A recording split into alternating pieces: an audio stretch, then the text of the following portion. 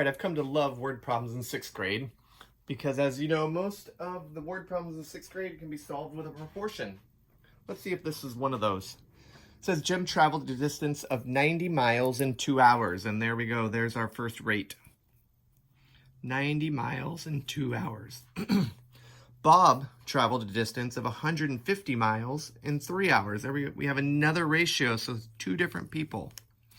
Jim traveled at a rate of 90 miles in 2 hours, and Bob traveled 150 miles in 3 hours. And it's asking us to find who traveled at a faster average speed.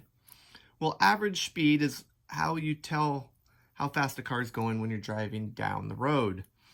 Another way of saying it is how many miles per hour the car is going. So we need to figure out how many miles per hour Jim is traveling and how many miles per hour Bob is traveling, and then see who is traveling at a faster speed.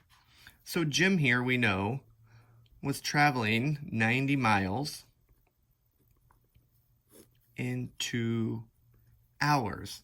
Now I'm not going to use this rate with Jim because this is a different person, Bob. Bob, on the other hand, was traveling 150 miles in 3 hours. Now, looking at this, we want to say right away that Bob was traveling faster because we see he went 150 miles. But it also took him longer to go that far, while Jim traveled for only 2 hours and went 90.